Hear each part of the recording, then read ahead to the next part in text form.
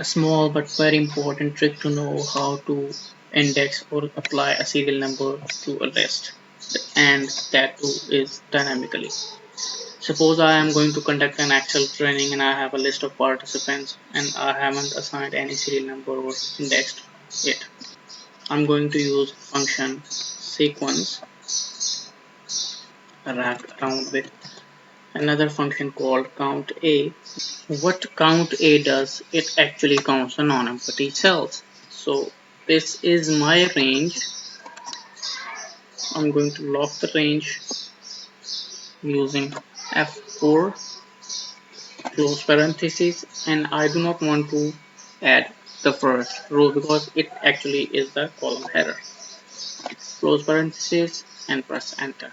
So you dynamically sequence a list.